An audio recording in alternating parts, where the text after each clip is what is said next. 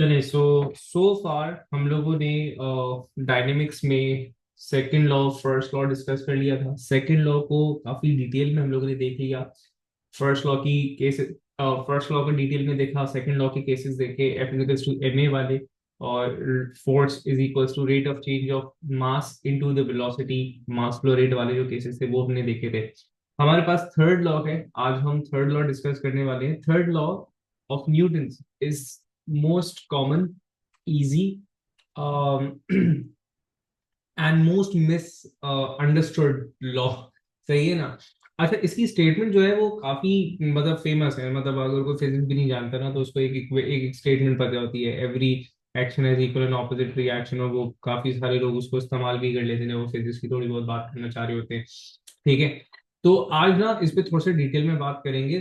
Third law के कुछ ऐसी कंडीशंस हैं जिसको हम इग्नोर कर लेते हैं, ठीक है, जिसको हम लोग नहीं देखते, जो every action has an equal and opposite reaction वाली स्टेटमेंट से क्लियर अप नहीं हो पा रहे होते। तो पहले एक थोड़ा सा enhanced version of the statement, ठीक है, पहले वो पढ़ेंगे उसके बाद फिर उसके केसेस डिस्कस करेंगे। ठीक है, सबसे पहले first law was about forces in balance, so object remains either in static equilibrium या फिर dynamic equilibrium. Second law was about the resultant force that was acting on a force, acting on an object, वो equal to its rate of change of momentum था। जब हम third law की बात कर रहे हैं सॉरी, जब हम थर्ड लॉ की बात कर रहे हैं तो एक चीज ध्यान में रखिएगा कि जो फर्स्ट एंड सेकंड लॉ है दे होल्ड स्टिल। ठीक है, ऐसा नहीं है कि first law second law violate हो जाएगा, नहीं, वो अलग केसेस चल रहे हैं, ये अलग केसेस चल रहे हैं। ठीक है, जो यहाँ पे पढ़ेंगे वो इसके सेकंड लॉ के साथ भी अप्लाई हो रहा होगा, वो मोमेंटम एंड कंजर्वेशन के अंदर हम देख रहे होंगे। ठीक है, चलें जी। अच्छा, तो सबसे पहले इसकी स्टेटमेंट लिख लेते हैं। ठीक है, इसकी स्टेटमेंट, न्यू स्टेटमेंट, ठीक है, मैं इसको ये बोलूंगा एंड आज से आपने यही वाली स्टेटमेंट फॉलो करनी है। हम लिखेंगे अकॉर्डिंग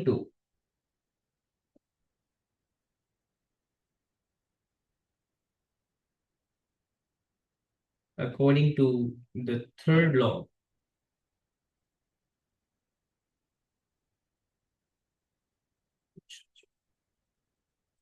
वेकेशन मोड से तो लिखा भी नहीं जा रहा।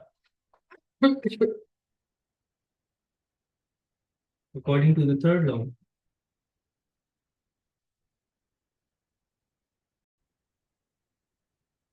चले तो न्यूटन थर्ड लॉ का स्टेटमेंट लिख रहे थे।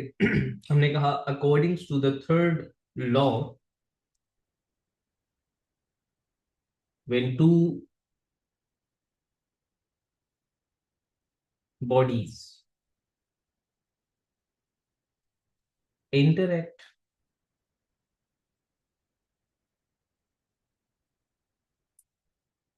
they exert an experience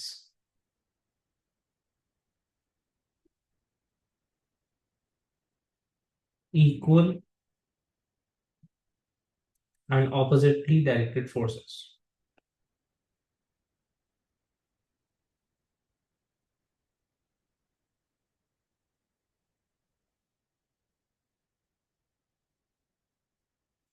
चलिए, फेमस जो स्टेटमेंट हमने सुनी थी, every action is equal and opposite reaction, क्या वो गलत है? वो गलत नहीं है, ठीक है, वो भी सही है। आप इसकी जगह every action is equal and opposite reaction भी लिख सकते हैं, और एक और स्टेटमेंट जो काफी फेमस है, आप वो भी लिख सकते हैं कि body A exerts a force on body B and body B exerts a force on body ए।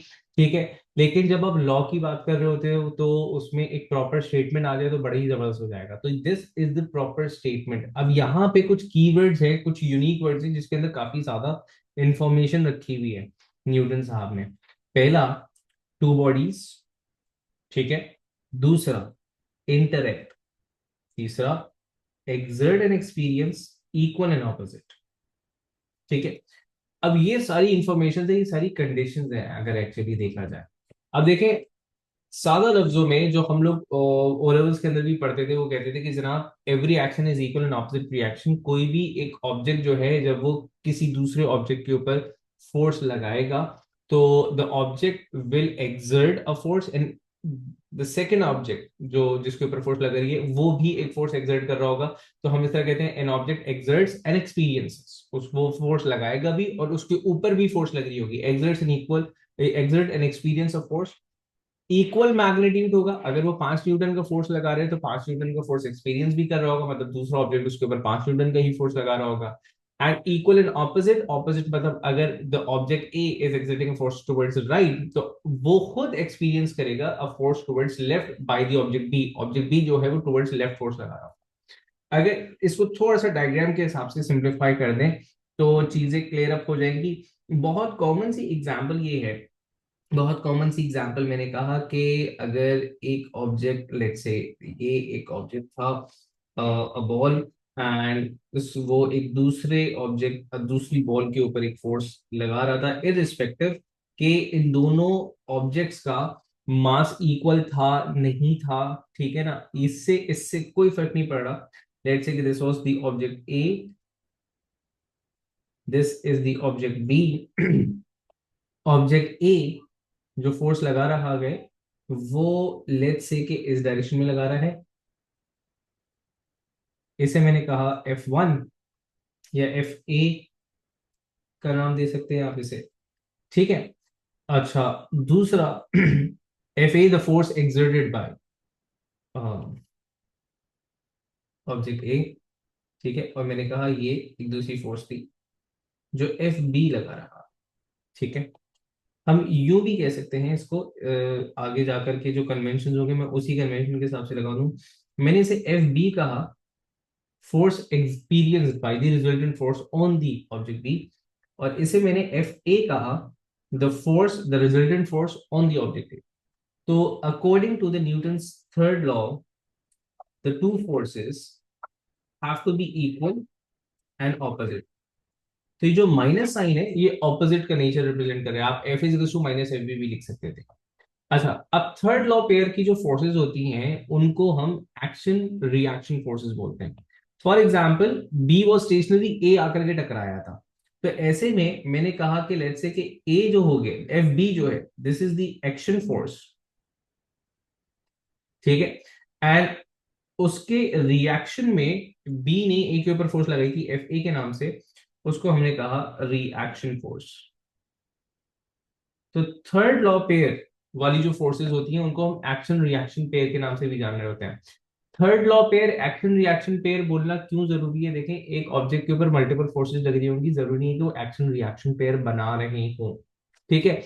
अब वो कंडीशंस देखते हैं, वो बातें देखते हैं जिसमें मैंने बोला था कि जनाब ये जो हाईलाइटेड पॉइंट्स है ये क्यों इंपॉर्टेंट है, एक बात। दूसरी बात ये कि एक्शन रिएक्शन पेयर किससे कहते हैं, कौन से होते हैं एक्शन रिएक्शन पेयर, ठीक है।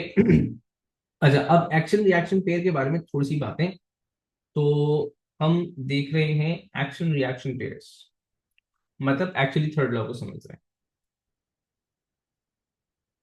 हैं, एक्शन रिएक्शन पेयर, ठीक है। अब पहली कंडीशन अगर मैं आपसे कहूं कि एक ऑब्जेक्ट है,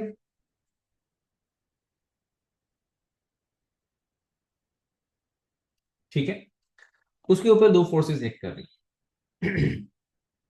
पहली फोर्स इस जानिब, दूसरी फोर्स इस जानिब, फोर्सेस की डायरेक्शन ऑपोजिट है, फोर्सेस का मैग्नीट्यूड इक्वल है, ठीक है।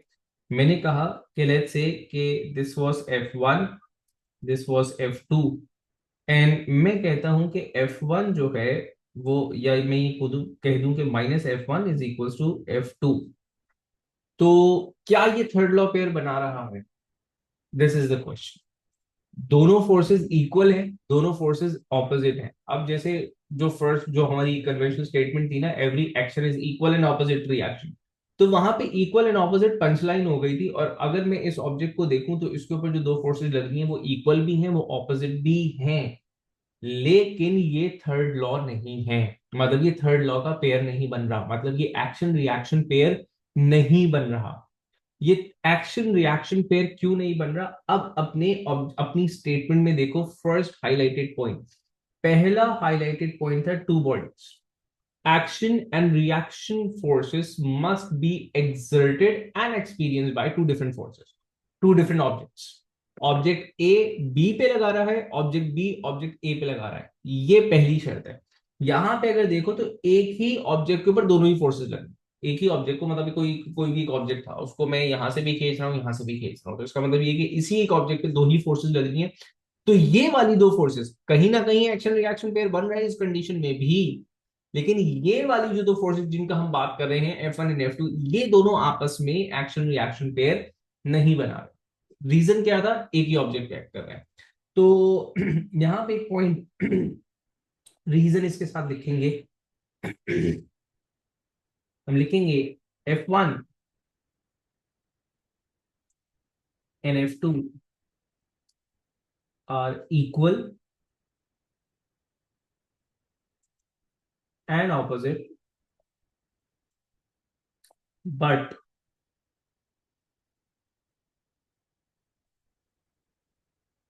they do not make an action reaction pair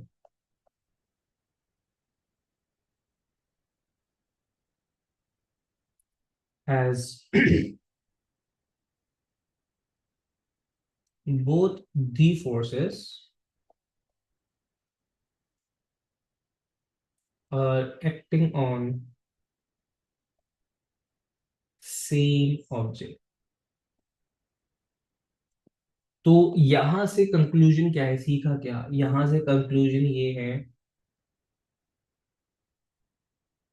action and reaction forces must be exerted and experienced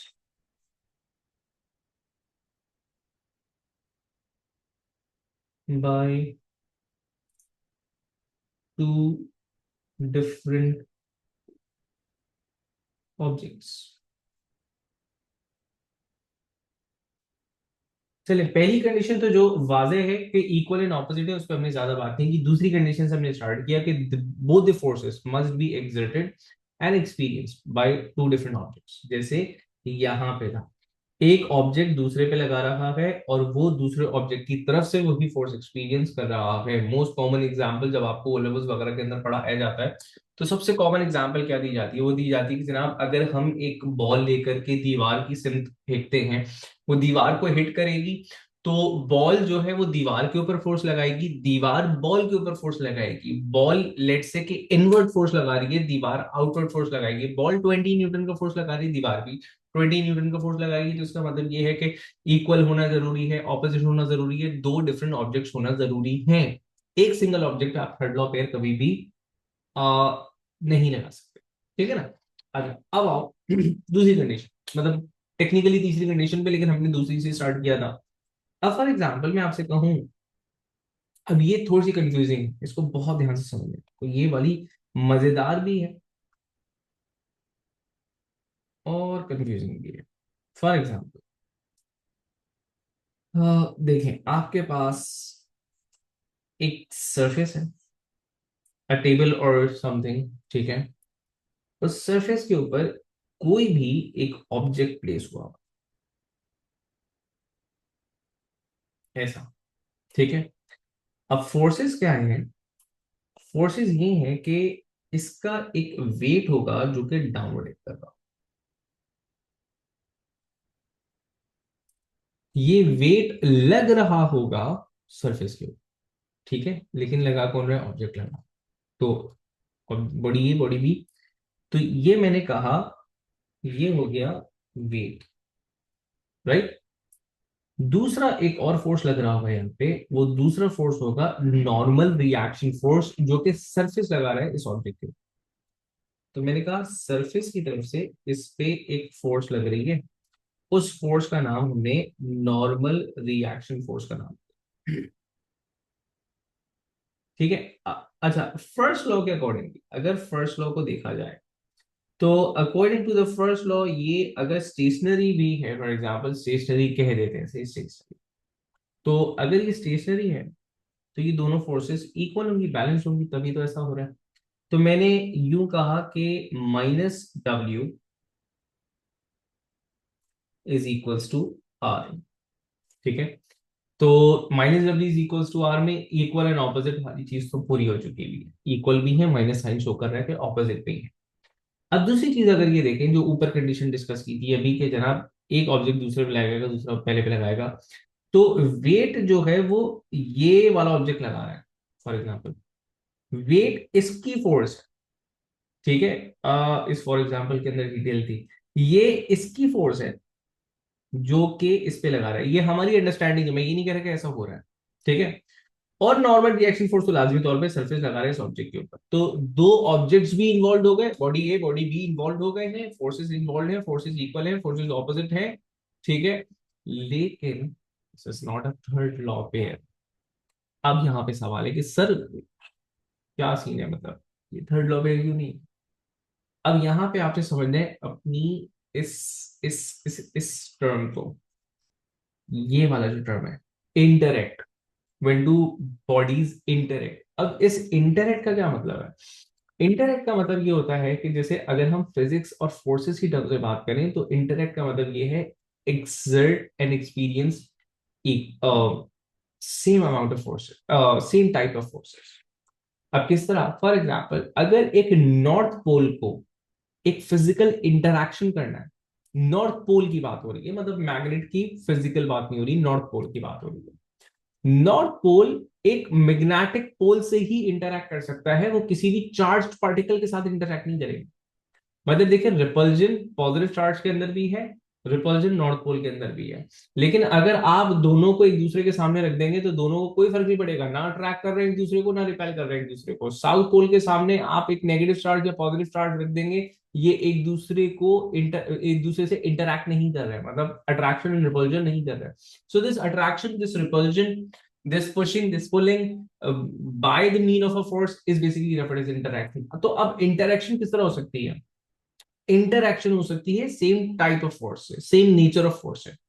अगर मैं चाहता हूं कि एक मैग्नेटिक नॉर्थ को अट्रैक्ट करूं या फिर रिपेल करूं, तो मुझे उसको उसको ये काम एक दूसरे नॉर्थ पोल से या दूसरे साउथ पोल से करना पड़ेगा। अगर मैं चाहता हूं अट्रैक्ट करूं तो साउथ पोल ले आऊंगा, अगर मैं चाहता हूं रिपेल करूं तो मैं नॉर्थ पोल ले आऊंगा। तो पॉइंट इज, मैग्नेटिक फोर्स का इंटरैक्शन मैग्नेटिक फोर्स से होगा, इलेक्ट्रोस्टैटिक फोर्स का इंटरैक्शन इलेक्ट्रोस्टैटिक फोर्स से होगा, इसी तरह कांटेक्ट फोर्स का इंटरैक्शन कांटेक्ट फोर्स के साथ होगा, इसी तरह आपके पास ग्रेविटेशनल फोर्स का इंटरैक्शन ग्रेविटेशनल फोर्स के साथ होगा। अब यहां पे जो लफ्ज इंटरैक्शन मैंने कहा था ना, मैंने इसको हाईलाइट किया था, मैंने कहा कीमती चीज है। अब जैसे मैंने कहा था कि जनाब, ये मैंने अभी कहा था शायद ही वेट ऑब्जेक्ट लगा रहा है, समझिएगा बात को बेटा, ये ना आपके पास एक कांटेक्ट फोर्स है,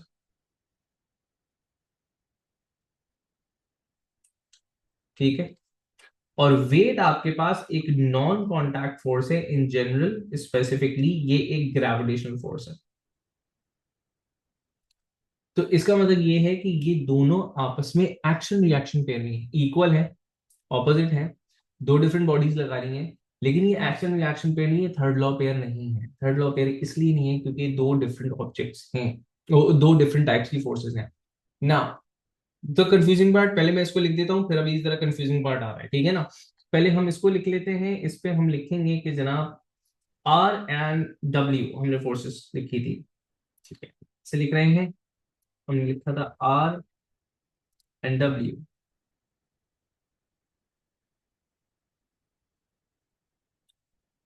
आर इक्वल एंड ऑपोजिट। ये जो स्टेटमेंट में लिख रहा हूँ, इससे आपने रीजनिंग समझनी है, ठीक है ना, पेपर टू की रीजनिंग, अगर आपको रीजन देना हो तो आप किस तरह दे रहे हैं, आप इस तरह दे, R and W are equal and opposite, and also exerted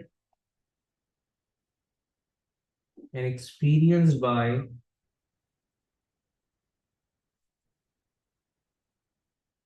two different objects,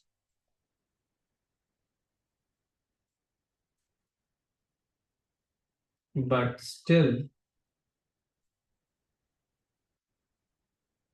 they are not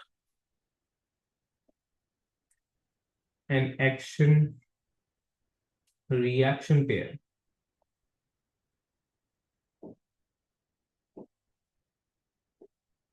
Q as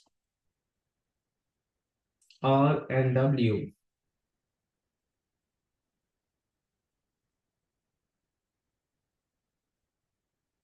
are forces of different nature. Different nature बोलो, डिफरेंट टाइप बोलो, ठीक है।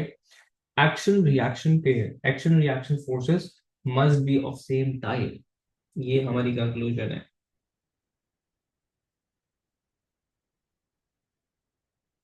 एक्शन रिएक्शन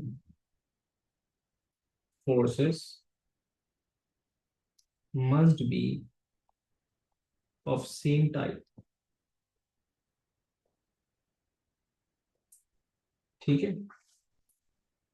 तो आप डिफरेंट टाइप की forces से दो objects को इंटरैक्ट नहीं करवा सकते ना, दैट्स द पॉइंट। ये चीज तो समझ में आ गई होगी। अब यहाँ की कंक्लूजन देख लेते हैं कि सर तो यहाँ पे एक्शन रिएक्शन बन कहाँ रहा है, मतलब ये action reaction pair in this case कौन सा है। इसके अक्सर एमसीक्यूज आते हैं और यही कंफ्यूजिंग होते हैं, ठीक है।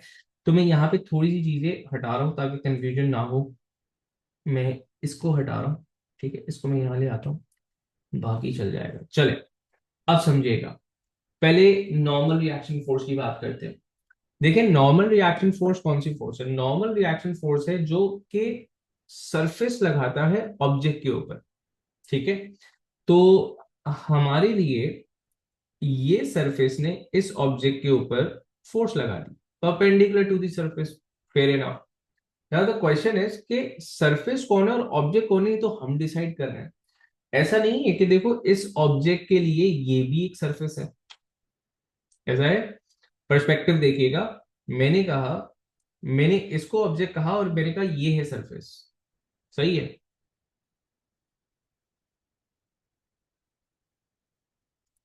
This is not a third law pair, this is not relating to the third law. अभी थर्ड लॉ करेंगे, कहां से आ रहे हैं अभी बताता हूं। यहां पे थर्ड लॉ इन दो फोर्सेस की वजह से नहीं है, ठीक है। कौन सी दो और फोर्सेस हैं जो यहाँ पे लग रही हैं वो थर्ड लॉ पेयर बना रही है, उनका डिस्कशन कर रहे हैं, समझ में। मतलब ये नहीं है, इनको हमने थर्ड लॉ पेयर नहीं कहा, हम ये कह रहे हैं थर्ड लॉ पेयर नहीं है। आप समझिएगा, मैंने कहा बहुत ऊपर से समझना आपने इस पॉइंट को। पहला पॉइंट ये है कि देखें, अगर इस ऑब्जेक्ट के लिए this floor this table was a surface, तो इस टेबल को ऑब्जेक्ट कंसीडर करते हुए ये इसके लिए वो सरफेस था जिसको नॉर्मल रिएक्शन फोर्स देगा। तो इसका मतलब ये है कि सिर्फ नॉर्मल रिएक्शन फोर्स टेबल का सरफेस ऑब्जेक्ट के ऊपर मतलब बॉल के ऊपर नहीं लगा रहा है। Ball as a surface itself table के ऊपर एक नॉर्मल रिएक्शन फोर्स लगा रही होगी। वो कहां होगा? वो फोर्स यहां लग रही है आपके पास, वो फोर्स ये लग रही। Ball being the surface equal amount का फोर्स लगा रही है। बेटे ये आपके पास नॉर्मल रिएक्शन फोर्स है, ठीक है ना। ये normal reaction force by the ball है, ये normal reaction force by the table. ये दोनों आपस में एक्शन रिएक्शन पेयर हैं। कैसे? आर टी आर बी बराबर होंगे, R T R B opposite है, आर टी आर बी दो डिफरेंट ऑब्जेक्ट्स की तरफ से लग रहे हैं, R T and R B दो सेम टाइप की फोर्सेस हैं, action reaction pair. Now the point is, अब समझे ना इस बात को। देखिए every action is equal in opposite direction, right, every action. तो द पॉइंट इज कि अगर ये W और RT, मतलब मैं अगर इन दोनों फोर्सेस की बात करूं, अगर ये दोनों एक्शन रिएक्शन पेयर होते और मैं इस ऑब्जेक्ट को लिफ्ट कर दूं, अगर मैं इस ऑब्जेक्ट को उठा लूं, तो ऑब्जेक्ट को उठा लिया, नॉर्मल रिएक्शन फोर्स तो गायब हो गई, वेट अभी भी है। अब ये कैसे मुमकिन है कि एक्शन है रिएक्शन गायब हो गया? ये तो वायलेशन है ना। तो इसका मतलब ये है कि नॉर्मल रिएक्शन फोर्स वेट का रिएक्शन नहीं था। वरना अगर मैं उठाता हूं किसी भी ऑब्जेक्ट को, मेरे हाथ पे एक ऑब्जेक्ट रखा हुआ था, ये इसका नॉर्मल रिएक्शन फोर्स मेरे हाथ की तरफ से ऊपर इस ऑब्जेक्ट के ऊपर लग रहा है, वेट डाउनवर्ड है, मैंने हटा दिया, नॉर्मल रिएक्शन फोर्स गायब हो गया लेकिन वेट तो अभी भी है। तो मतलब ये दोनों एक्शन रिएक्शन पेयर नहीं थे। अगर एक्शन गायब हो रहा है तो रिएक्शन भी गायब होगा, अगर रिएक्शन नहीं है तो मतलब एक्शन भी नहीं हो रहा था, ऐसा है। तो अब अगर देखो मैं इस ऑब्जेक्ट को यहां से लिफ्ट कर देता हूं, ये फोर्स गायब हो जाएगी, ये फोर्स भी गायब हो जाएगी। ना ये इसके ऊपर सरफेस, ना इसका सरफेस इस पे फोर्स लगा रहा है, ना टेबल का सरफेस बॉल के ऊपर फोर्स लगा रहा है। नो एक्शन नो रिएक्शन, ठीक है ना। Every action has a reaction. अब नाउ वेट की बात करें सर, वेट की क्या मतलब क्या डिटेल है। अब ये थोड़ी सी डिटेल आपको हिला देगी शायद, ठीक है। उसकी डिटेल मतलब फर्दर मतलब इस पे जो ना बहुत डिटेल में आप इसको E2 में समझ सकोगे। इस वक्त आपको शायद मेरी बात पे फकत ईमान लाना पड़े, देखेंगे, लेकिन कोशिश करूंगा कि मैं इसको समझा दूं। समझिएगा बात को। वेट क्या है? Weight is a gravitational force. अगर वेट को आप डिफाइन करें तो वेट को आप डिफाइन करते हैं product of mass into gravitational acceleration. Weight को आप एक्सप्लेन करेंगे, आप बोलेंगे it's a gravitational pull on every mass exerted by the earth. ऐसे ही है। और इसका डायरेक्शन ऑफ फोर्स क्या है, इसका लाइन ऑफ एक्शन क्या है, towards the centre of the earth. मतलब सेंटर ऑफ द अर्थ की तरफ से ये एक पुलिंग फोर्स लग रही है मेरे ऊपर। तो एक्शन कौन कर रहा है? अर्थ कर रहा है, ठीक है ना। तो जैसे मैंने कहा था कि शायद ये वेट लगा रहा, वेट ऑब्जेक्ट लगा रहा है, ऑब्जेक्ट नहीं लगा रहा वेट, ये जो फोर्स है ये एक्चुअली अर्थ लगा रहा है। अरे बस समझ में, अगर एक मतलब एक मैग्नेट पोल को हम, मैग्नेटिक पोल से हम पुल कर रहे हैं किसी भी मैग्नेटिक मटेरियल को, तो वो फोर्स ऑब्जेक्ट नहीं लगा रहे, लग ऑब्जेक्ट पे रही है, वो लगा मैग्नेट रहा था। तो हमारा जो वेट है ना वो हम नहीं लगा रहे होते, वो अर्थ लगा रही है। तो if action is being done by the earth, reaction किस पे होना चाहिए? On the earth. रिएक्शन भी किस पे होना चाहिए? अर्थ के ऊपर। तो basically now earth will be experiencing a force, earth will be experiencing a force in upward direction. मतलब अर्थ मुझ पे डाउनवर्ड फोर्स लगा दी थी ना, तो अर्थ खुद अपवर्ड डायरेक्शन में एक फोर्स एक्सपीरियंस करेगी। मैं इसको थोड़ा सा और इलेबोरेट करूंगा बेटा। Weight is the gravitational force, earth जो एक्सपीरियंस कर रही है ना, that is a gravitational force. अब दिस इज बेसिकली, मैं बस इसको बहुत सरसरी तौर के ऊपर आपको समझाऊंगा, बहुत डिटेल में ये टॉपिक A2 के अंदर है, मैं बहुत थोड़ा सा समझा रहा हूँ। बेसिकली ये न्यूटन्स ग्रेविटेशन लॉ है एक्चुअली पूरा आपके पास। ग्रेविटेशन लॉ, ग्रेविटी को जो हम समझते हैं ना, वो हम ये समझते थे कि everything is being pulled downward, ठीक है। और न्यूटन भाई साहब ने कह दिया था कि जनाब हर चीज जमीन की तरफ गिरती है, तो वो ग्रेविटी है। फिर थोड़ा सा बड़े हुए तो हमें पता चला जी अर्थ के सरफेस पे नहीं, सेंटर की तरफ से वो फोर्स लग रही है, ठीक है।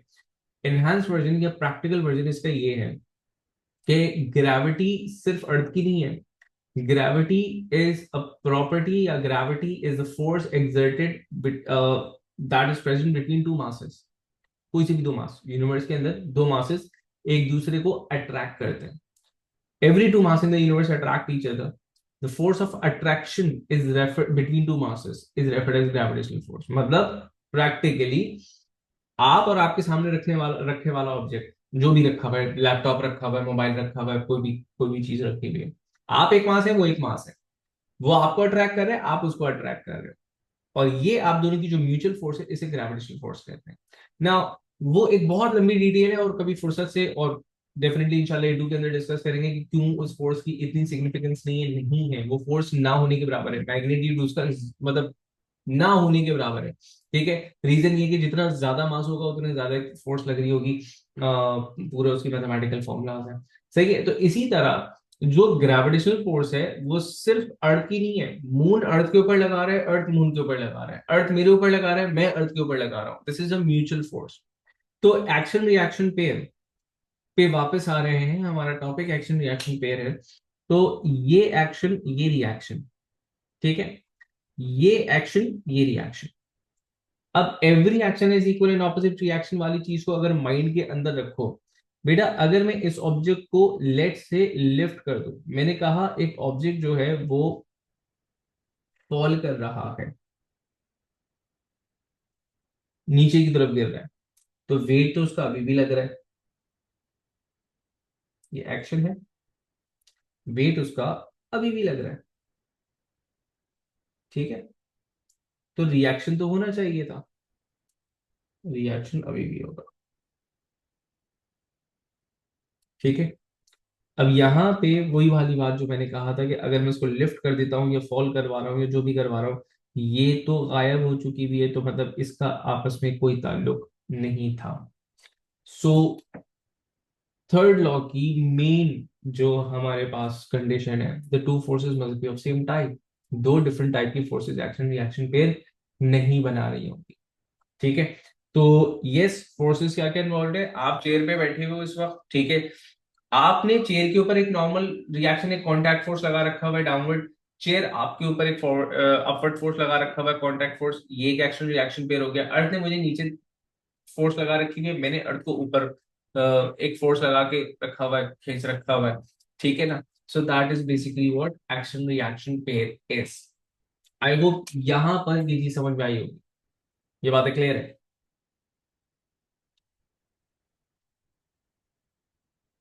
यहां तक क्लियर है तो बताइएगा, फिर हम, चलिए जबरदस्त हो गया।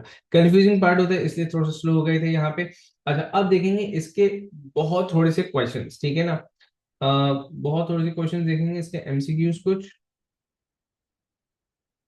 थर्ड लॉ यहाँ पे, लॉज ऑफ मोशन यहाँ पे खत्म हो गए। अब नेक्स्ट पार्ट जो है ना, पहले ये इसके क्वेश्चंस देख लेते हैं।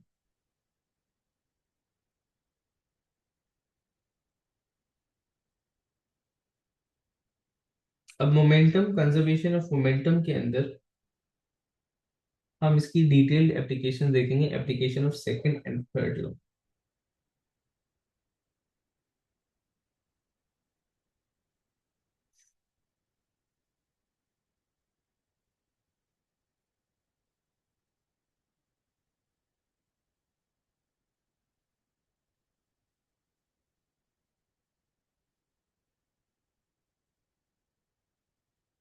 चलिए, सिमिलर कॉन्सेप्ट का एक सवाल यहाँ पे डिस्कस कर रहे हैं। ठीक है, स्टेटमेंट वाले जो क्वेश्चंस आ जाते हैं एट टाइम्स कंफ्यूजिंग हो जाते हैं, तो उनको समझते हैं पहले। वो कहते हैं, a book of weight W is at rest on a table, a student attempts to state Newton's third law of motion, motion कहीं गायब हो गया, by saying that action equals reaction. ठीक है, if the weight of the book is action, मतलब हमने action कहा इसको, वेट को, what is the reaction force, reaction force क्या होना चाहिए। ठीक है ना, अब अपनी स्टेटमेंट पढ़ते जाओ। पहला, the force W acting downwards on the earth from the table. अच्छा, the force W acting downwards on the earth from the table, table की तरफ से तो नहीं है, हमने बुक के वेट को एक्शन कहा था, यहाँ पे उसने लिखा है बुक, तो बेसिकली ये नहीं हो सकता। ठीक है ना। अच्छा, दूसरी बात ये है कि ऑन दी अर्थ नहीं है, ये बाय दी अर्थ है, जो हमारा वेट है that is a force exerted by the earth, तो यहाँ पे ये बाय वाला फैक्टर ये गलत हो गया। The force W acting upwards on the book from the table, force W जो है वो अपवर्ड, तो बिल्कुल भी नहीं, गलत हो जाएगा। The force W acting upward from the upward, बिल्कुल भी नहीं, गलत हो जाएगा। अब जाहिर है कि आंसर डी बचा, लेकिन स्टेटमेंट पढ़ लेते हैं। The force W acting upwards on the table from the floor.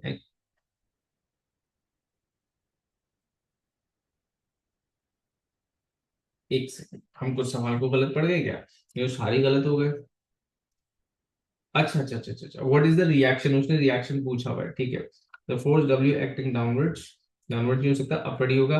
The force W acting on the upwards on the table from the floor, the force, C is the answer. उसने reaction के बारे में पूछा था, हम action की detail बताना शुरू होगा उसको। The force W acting upwards on the earth from the book, yes, yes that's the point.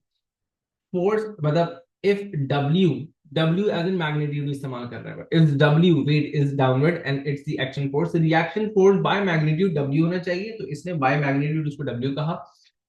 Book का जो वेट है वो डाउनवर्ड एक्ट कर रहा है, तो जो रिएक्शन है अर्थ की तरफ से, अर्थ डाउनवर्ड है, तो अर्थ के ऊपर जो W लग रहा होगा वो अपवर्ड लग रहा होगा, तो yes upwards on the earth, yes by the book, yes.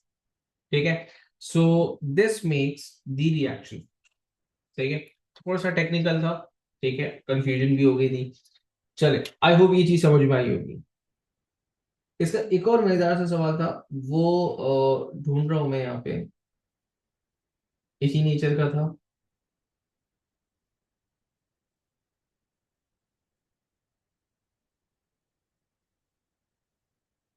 चलिए, इज द वन।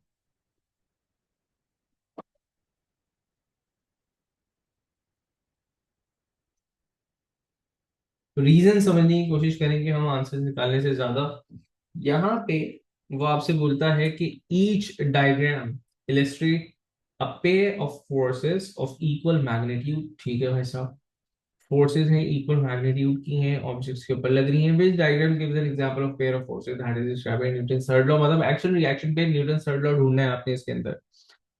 अगर ऑप्शन ए को देखो, उसने कहा कि अच्छा, वो तो पहले ही बता चुका है कि जितनी फोर्सेस लग रही हैं वो बराबर है, तो मतलब ये सोचना ही नहीं है कि बराबर है या नहीं है। लेकिन option A not an action reaction pair, ठीक है ना, ये एक्शन रिएक्शन पेयर नहीं है, not an action reaction pair. The question is why not an action reaction pair. See, चलो देख लेते हैं। उसने आपसे पूछा कि कौन सा डिस्क्राइब कर रहा है, ठीक है। पहला not an action reaction pair, पहले का रीजन बता दो, चलो ए क्यों नहीं है, ए का रीजन बता दो। ए क्यों नहीं हो सकता?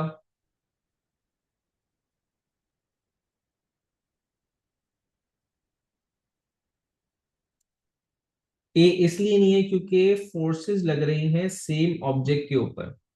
नहीं, देखो, उसने उसने बोला इक्वल मैग्नीट्यूड, क्वेश्चन के अंदर उसने आपको ये बात कह दी कि जो फोर्सेस लग रही हैं वो इक्वल मैग्नीट्यूड की फोर्सेस है। अब आपने ये नहीं सोचना कि वो इक्वल है या नहीं है, क्वेश्चन ने कंडीशन डन कर दी है, फोर्सेस है इक्वल मैग्नीट्यूड की।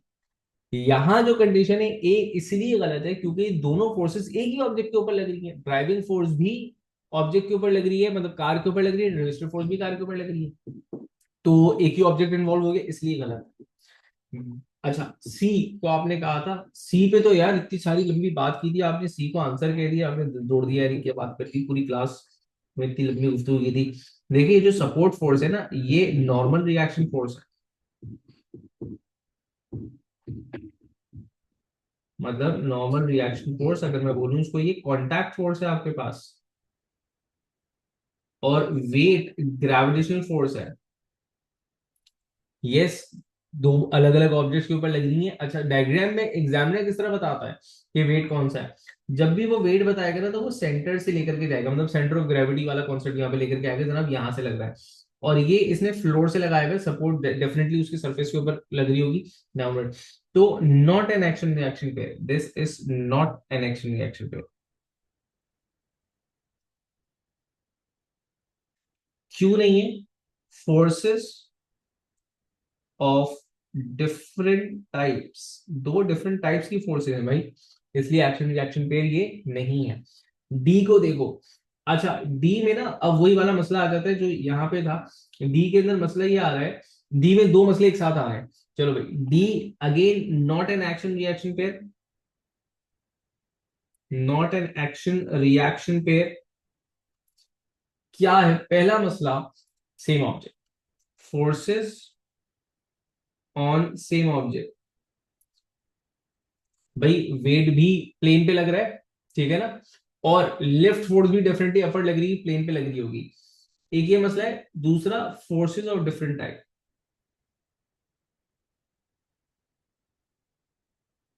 ये दोनों मसले एक साथ हो गए यहाँ पे, एक ऑब्जेक्ट भी है, दो डिफरेंट टाइप की फोर्सेस भी है। अब जरा बी पे गौर करें आप।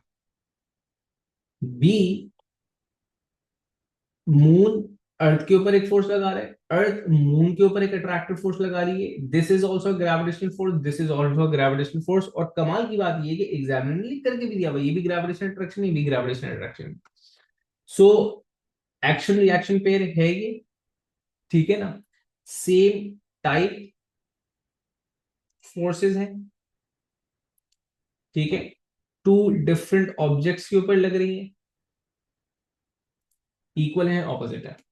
So this makes an action reaction pair. So you will see multiple MCQs of such type ठीक है। और दूसरा पेपर 2 में जब हम अभी कंजर्वेशन ऑफ मोमेंटम को डिस्कस करेंगे इन दी नेक्स्ट क्लास इंशाल्लाह, not exactly in the next class, next class से स्टार्ट कर लेंगे।